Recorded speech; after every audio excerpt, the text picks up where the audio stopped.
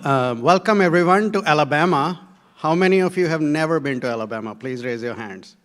Oh, a few people. So welcome here. And so my name is Gaurav Goyal. I know several of you, and I hope to get to know the rest of you as the day progresses. I will be the host of this meeting. Very honored to be the host. These are the most important instructions, so you can check your social media, is the Wi-Fi and login. It's also available on your tables if you want to log into Wi-Fi here. Well, I don't need to talk about myself. I do want to talk about the people that make things happen for our patients. So at UAB, similar to when I was at Mayo, we launched the histiocytosis program when I got here. And initially I was told there is no histiocytosis here when I joined. And we have been through this before, so I said, wait for it. Once you start looking, once you spread awareness, you do start seeing a lot of cases. So then, I infected the histio bug to many colleagues, some of whom are here, and I'm hoping to expand this program further. But it takes a village to take care of patients with histiocytosis, especially Erdheim-Chester disease. And these folks are really very committed, and they make everything happen for our patients. I just send them a message, hey, there is a patient coming in from Oregon, can you see them tomorrow? And they are willing to add them on, and that means a lot. What started as a small program first when I was a fellow has now become a network. Yesterday we had our first strategic meeting. I think we are now at 12 sites, and we are truly global now. We have an international member joining the HistoCare Network, and we have our website, which is a resource for physicians, as well as you all, if you want to encourage your physicians to join. There's also options to share a case and present at the meeting to get input. We meet once a month to review clinical cases and get multidisciplinary input. Welcome to Birmingham. Again, this is a city known for courage, creativity, and community. From the Civil Rights Institute to the Art Museum and Botanical Gardens, and maybe also barbecue. This is a place that honors the past while moving forward. So we are very grateful that you have chosen this time to spend together with us. Special thanks to our sponsors, especially Father Charles, who unfortunately is not here, and also ARUP Labs, ARUP Labs, who are the sponsors for today's meeting. History of ECD, the first treatment for ECD was interferon, back when interferon was given for almost every myeloid malignancy and other cancers and other diseases, 2007. Actually, first description of ECD was in 1930, so you can think 96 years ago. Then ECDGA was founded in 2008, and natural history study was started in 2011 at the NIH. The BRAF V600E mutation was discovered in 2012, and the first ECD conference occurred shortly thereafter because a lot of new information was coming in. The ECDGA registry hosted at MSK was created in 2014. And then this was followed by establishment of what we call care centers, meaning centers where patients go to or get information, connection, and so forth. And in 2016 was a landmark thing that happened because of all the mutations that were being discovered. The World Health Organization finally realized, I just got an email from someone today and from India, and they said, oh, I have ECD and it's an autoimmune disease. So there is still misinformation there.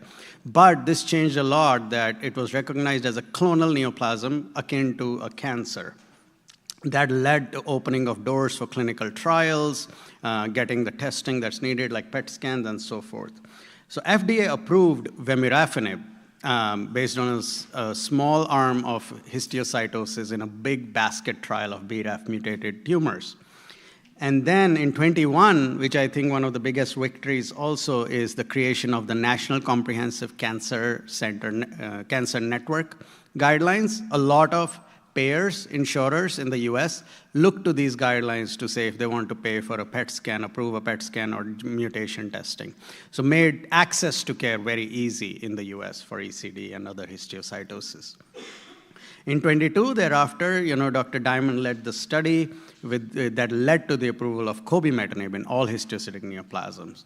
And we hope with all this information, and now that we're also studying survivorship, going into the future, will not just improve the response to treatment, but also improve your quality of life and how you feel.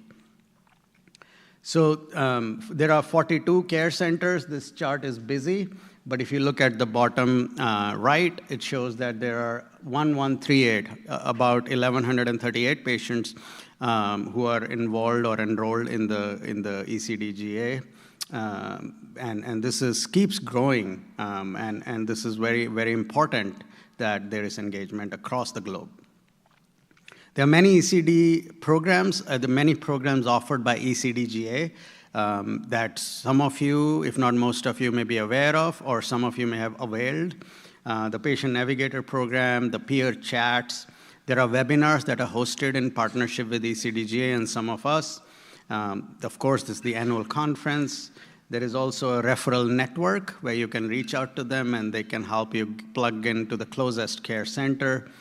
ECDGA also gives research funding. There is an annual funding cycle from the money raised that helps move the field forward, because that is critical, as you all know, for this field.